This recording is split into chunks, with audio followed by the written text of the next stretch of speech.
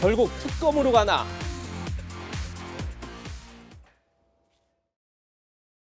윤석열 후보께서 조건을 붙이는 게 저는 이해가 안 됩니다. 잘못을 인정한다면 빼야 되겠지만 원래 특검의 취지에 안 맞지만 만약에 뭐 쌍으로 가겠다면 가져가라 이 말이에요.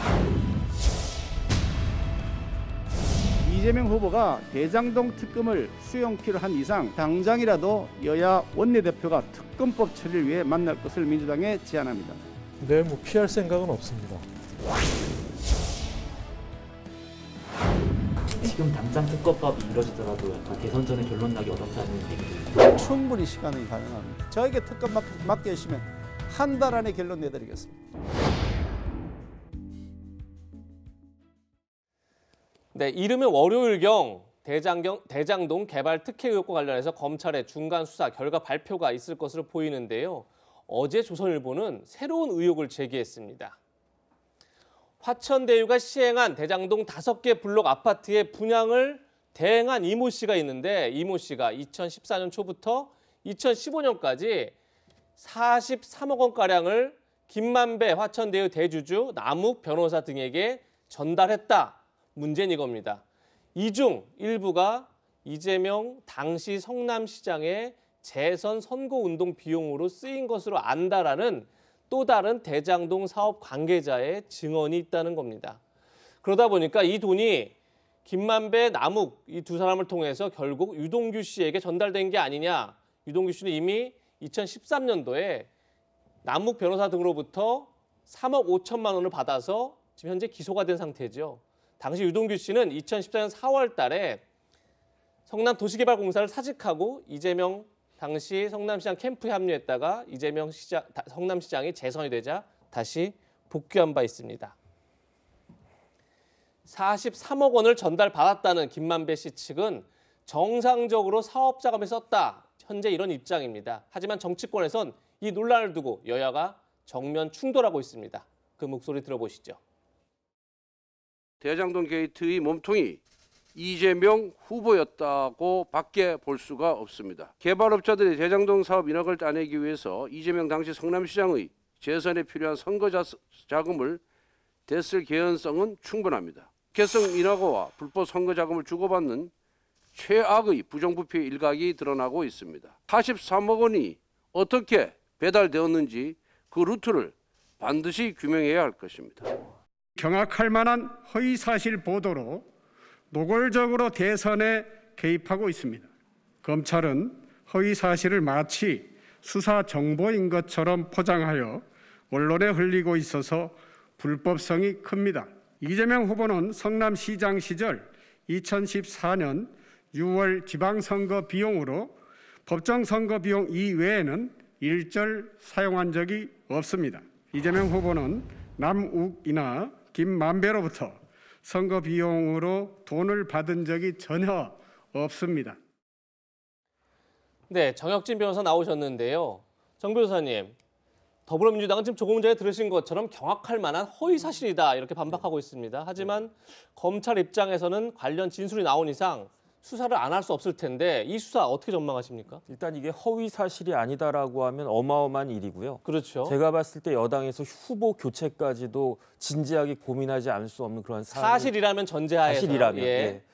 그다음 왜 그러냐면 이게 검은 돈으로 불법 선거를 했고 불법 인허가 로비를 해서 그 결과 수천억에 달하는 엄청난 이익이 우리나라 뭐 단군 일의 최대 불법 행위 중에 하나라고 볼 수 있는 그러한 이익이 김만배 일당들에게 귀속됐다 이 이야기 아니겠습니까? 그런데 그때 그 시장이 누구냐? 지금 여당의 대선 후보가 그때 그 시장이었으니까. 그런데 이게 그냥 단순히 허위 사실이라고 치부하기에는 여러 가지 미심쩍은 부분들이 있다. 첫 번째로 그 정모회계사 녹취록에 정확하게 43억이라고 하는 이야기가 나오는 것 같고요. 예. 그다음 두 번째는 제일 중요한 게 남욱이나 김만배 이런 사람들이 돈 받은 사실 자체는 인정을 하고 있거든요. 그걸 뭐 사업비로 썼다라고 이야기를 그 명목상 사업비로 썼다라고 이야기는 하지만 어쨌든 그 돈을 받았다라고 하는 사실을 부인하지는 않고 있고요. 그다음에 그 유동규 씨에게 이미 2013년도에 3억 5천만 원이 넘는 그러한 돈이 이렇게 수수된 그러한 사실, 그런 전력도 있고, 그다음에 마지막으로 토목업자 남호 씨가 20억 빌려주고 100억을 받았단 말이에요. 이게 상식적으로 말이 안 되는데 이 100억이라고 하는 돈을 더군다나 빌려줬던, 직접적으로 빌려줬던 그 분양 대행사 사장으로부터 돌려받은 게 아니고 화천대유, 아마 이제 화천대유가 김만배 씨한테 400 몇십억을 빌려줬는데 그중에 100억이 또 남호 씨한테 갔다라고 하니까 이렇게 상식적이지 않은 일들이 계속 그 누적적으로 되어 있으니까 이런 의혹들이 검찰에서는 반드시 밝혀져야 된다라고 생각을 하고, 반대로 만약에 이것이 허위 사실이고 사실 무근이다라고 밝혀진다면 여기에 대한 또 후폭풍, 역풍도 정말로 만만치 않을 것 같다, 그런 생각을 하게 됩니다. 네, 지금 방금 얘기한 정혁진 변호사 얘기는 정황상 의심이라는 점을 다시 한번 밝혀드립니다. 네, 이런 가운데 민주당에선 어제 서울중앙지법을 영상으로 보시는 대로 이렇게 항의 방문했습니다. 또 해당 진술을 특정 언론사에 알린 대장동 수사팀에 대해 피의 사실 공포 혐의와 공무상 비밀을 누설할 혐의로 공수처에 고발장까지 제출을 했다고 하죠, 최 교수님. 그렇습니다. 뭐 그럴 수밖에 없는 상황이라는 생각이 들고요. 이게 왜 그러냐면 이게 보강 수사가 반드시 필요한 내용이에요. 이게 이재명 후보에게 진짜 흘러갔는지, 그게 선거장으로 쓰여졌는지 아직 모르잖아요. 아직 한 사람이 진술이라고 하는데 그 진술이라는 게 이 사람이 모든 걸 알고 증거를 갖고 얘기한 건지 본인이 그냥 생각하고 들었던 걸 얘기하는 건지 모르는 거 아닙니까?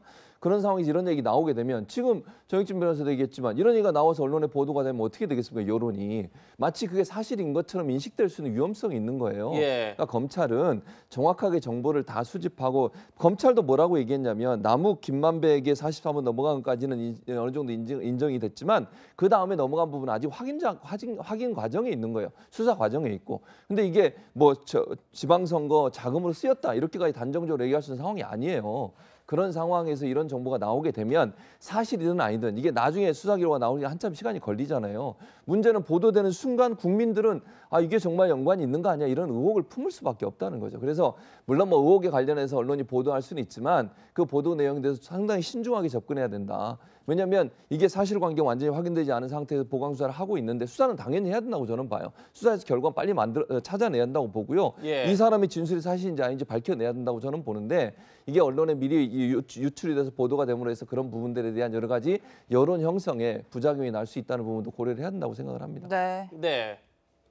그러니까 언론의 입장에서는 이제 조선일보에 이 보도가 나오고 그 검찰이 어떤 대응을 하느냐를 굉장히 관심 있게 봤는데, 그러니까 그 사실 자체를 부인을 안 했죠. 이제 무슨 소리냐면은 이재명 후보 쪽에서 그 돈을 받았다, 이게 확인됐다는 그 얘기가 아니라 그런 진술이 있었다는 거는 맞는 것 같습니다. 그렇기 때문에 피의 사실 공표나 뭐 이런 그 공무상 비밀 누설 그 얘기가 나오는 게 아니겠습니까? 그렇기 때문에 이거는 굉장히 그 중요한 그 문제가 될 수 있기 때문에 이 부분은 특검을 언제 하느냐 관계없이 검찰에서 철저하게 수사를 해야 됩니다. 아마도 이재명 당시 시장이나 지금 후보가 그 돈을 받았을 거라고 생각은 하지 않습니다. 그렇지만 마침 또 유동규 전 본부장이 캠프에 있었기 때문에 캠프에 그 대장동 자금이 흘러갔을 가능성에 대해서는 많은 분들이 의심을 갖고 있기 때문에 그 부분에 대해서는 검찰이 명확하게 좀 수사를 해야 된다, 이렇게 생각합니다. 네. 과연 이 논란이 대선 전국에 어떤 영향을 미칠지 사실 쉽게 예측하기 힘든 그런 상황인데요.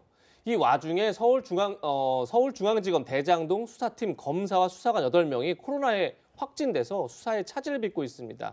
그런데 알고 보니 집단 감염 발생 하루 전 수사팀원 16명이 방역 수칙을 어기고 음식점에서 쪼개기 회식을 한 사실이 드러났습니다. 지난 4일입니다. 새벽에 김만배 씨 남욱 변호사가 구속됐습니다. 그러자 그날 저녁에 수사팀이 회식을 했는데, 지금 현재 수도권 같은 경우 10명까지만 회식이 가능한데 16명이 8명씩 쪼개기 회식을 했다는 겁니다. 그 방을 예약한 사람은 605호, 바로 유경필 주임검사의 방 번호로 예약을 한 뒤에 쪼개기 회식을 했고, 그 다음 날 수사팀에서 코로나 첫 확진자가 나옵니다. 현재까지 검사 3명을 포함해서 8명이 코로나에 확진된 상태인데, 그러자 어제 국무총리실은 진상조사를 법무부에 지시했습니다. 그리고 검찰은 유경필 주임검사를 교체하는 그런 일이 벌어졌습니다. 정혁진 변호사님. 네. 압수수색 과정에서도 유동규 전 본부장이 버린 핸드폰을 확보하지 못해서 우왕좌왕하는 그런 모습을 보여서 상당히 논란이 됐었는데 이번엔 회식 문제로 검사와 수사관이 무더기로 코로나에 걸렸어요. 네. 이 모습을 어떻게 봐야 될까요? 저는 조금 너무한다 싶어요. 왜냐하면 예약부터 회식하고 결제하고 사후 보고까지 총체적인 난국이라고 하지 않을 수가 없는 게 예약을 22명 했다는 거거든요. 16명 참석했지만 검찰은 감염법 예방법 위에 있습니까? 거기하고 상관이 없습니까? 그다음에 회식을 했는데 중앙지검의 넘버2가 차장이란 말이에요. 그 김태훈 차장이 이 사건의 팀장인데 김태훈 차장도 회식에 참석했다는 거 아니겠습니까? 그 와중에 이제 주임 부장검사는 코로나에 감염까지 되고 여기서 끝난 게 아니라 2차, 3차까지 갔다는 이야기도 나와 있는데 이거 총리실에서 제대로 밝혀줘야 될 것 같고 또 결제는 제가 뭐 기사를 보니까 카드도 아니고 현금 결제했다라고 했는데 누구 현금으로 이걸 갖다가 했는지 이른바 특활비를 이거 쓴 것이 아닌지 이 부분도 밝혀져야 될 것 같고 마지막으로 검사장한테는 또 허위로 보고를 했다라고 하니까 그야말로 총체적인 난국이 아니고 어떻게 검사들이 이 위중한 시기에 이 중대한 사건을 맡고 있는 검사들이 이런 행동을 하고 있는가 참 개탄스럽다는 생각이 들고요. 이거 과태료 최소한 10만 원짜리니까 과태료는 반드시 받아내야 될 것 같고 검사 징계법상으로 징계를 반드시 해야 될 거라고 생각을 갖다 합니다. 네. 그래서 이제 유 부장이 이제 교체됐다라고 하는데 부장검사가 교체된 거 저도 당연하다고 생각을 하는데 또 걱정되는 것은 이 와중에 부장검사가 교체가 되면 새로운 부장검사가 이 수사를 지금 거의 막바지에 와 있는데 제대로 할 수 있을 것인가. 이래저래 특검은 불가피한 상황이 아닌가 이렇게 검찰이 스스로 자초한 것이다라고 저는 생각합니다. 네. 상황이 이렇다 보니 결국 특검으로 가는 것 아니냐 이런 전망이 실제로 나옵니다. 여야는 특검을 두고 공방이 뜨거운데요. 목소리 함께 들어보시겠습니다. 민주당은 또다시 사족을 붙이면서 물타기용이나 물귀신 작전용 조건 내걸기를 하는 꼼수를 부려서는 안 될 것입니다. 더 이상 시간 끌지 말고 즉각 특검법 통과에 협조해야 할 것입니다. 국민들이 올바른 판단을 하실 수 있도록 특검의 수사 결과가 반드시 대선 이전에 나오도록 해야 할 것입니다. 부산저축은행 대출비리 부실 수사 의혹을 빼자는 특검은 아기 빼고 따기 빼고 맹물을 끌어들이겠다는 특검입니다. 부산저축은행 대출비리 부실 수사 의혹이 들어가야 화천대유의 실체적 진실의 전체를 밝힐 수 있는 육하원칙 특검이 됩니다. 윤 후보님 회피하지 말고 당당하게 특검을 받아 떳떳하게 평가를 받으십시오. 네, 이재명 민주당 후보와 윤석열 국민의힘 후보 역시 특검을 두고 신경전을 벌이고 있습니다. 그 목소리도 듣고 이야기 이어가겠습니다. 윤석열 후보께서 조건을 붙이는 게 저는 이해가 안 됩니다. 본인이 잘못한 게 없으면 피할 이유가 없죠. 조건 붙이지 않고 아무 때나 여야 합의해서 특검하는 것이 바람직하다. 그렇게 하는 것이 저의 무고함도 이제 재차 확인하는 그런 과정이 될 것이고 국민의힘 관련자들 또는 국민의힘의 후보 이분들에 대해서도 엄정한 수사와 상응하는 책임을 반드시 물어야 된다라고 생각합니다. 범죄 사실이 특정 안 되는 것도 막 영장까지 치는 그런 수사를 하고 있는 것까지 특검에 간다는 거는 원래 특검의 취지에 안 맞지만 만약에 저한테 무슨 비리가 있다고 했으면 특검 안 해도 벌써 수사했죠. 안 하고 왜 놔뒀겠습니까? 그렇지만 뭐 쌍으로 가겠다면 가져가라 이 말이죠. 그러나 이걸 너무 과도하게 조건을 갖다 들이대서 물귀신 작전을 하면 그거는 특검이 제대로 되지를 않아요. 그거는 특검이 아닙니다. 말장난이지. 이재명 후보나 윤석열 후보나 조건 없는 특검을 얘기하면서 이건 넣어야 된다, 이건 빼야 한다, 결국 조건을 걸고 있는 뭐 그런 모양새이기도 한데요. 이동 의원님, 네네. 결국 특검 합의가 될까요? 합의를 하지 않을 수가 없죠. 일단 많은 국민이 의혹을 갖고 특검하라고 원하고 있는데 그걸 어떻게 안 하겠습니까? 여론도 그렇고 야당도 강력하게 요구를 하니까 이제 이재명 후보도 하겠다고 받은 거 아닙니까?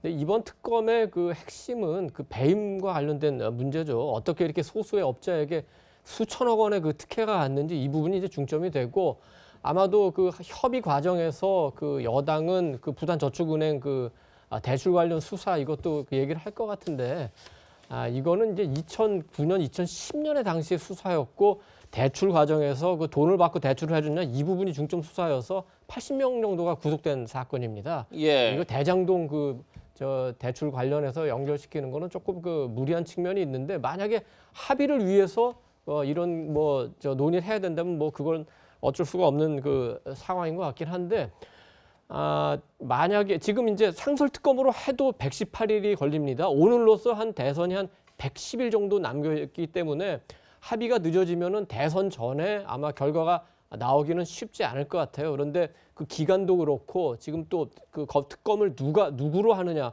교차 지명하느냐 아니면은 또 협의를 하느냐 이거에 시간이 많이 걸리기 때문에 아무래도 그 합의도 늦어지겠지만 실제 수사도 늦어져가지고 대선 전에 우리 국민이 원하는 결과가 나올까 이거는 조금 뭐 의문스럽긴 합니다. 네. 네, 국민의힘에서 지금 주장하고 윤석열 후보가 지적하는 물귀신 작전이라고 얘기하시는데 왜 이게 중요하냐면요. 2011년이에요. 예. 부산저축은행 부실대출 사건 수사. 그 당시에 다른 대출 80명 구속됐다고 아까 말씀하셨는데 거기서 빠진 사람이 한 명 있습니다. 조모 씨예요. 이 조모 씨가 누구냐면 대장동 관련된 부실 대출을 알선하고 10억 원의 돈을 받은 사람이에요. 그렇게 의혹이 있던 사람이에요. 이 사람은 처벌을 안 받았습니다. 그 당시에. 다른 분들은 다 처벌을 받는 불기소가 됐어요. 그런데 이 사람의 변호사가 누군지 아세요? 박영수 특검입니다. 그리고 이 박영수 특검을 조모 씨한테 연결해 준 사람이 누군지 아십니까? 김만배 씨예요.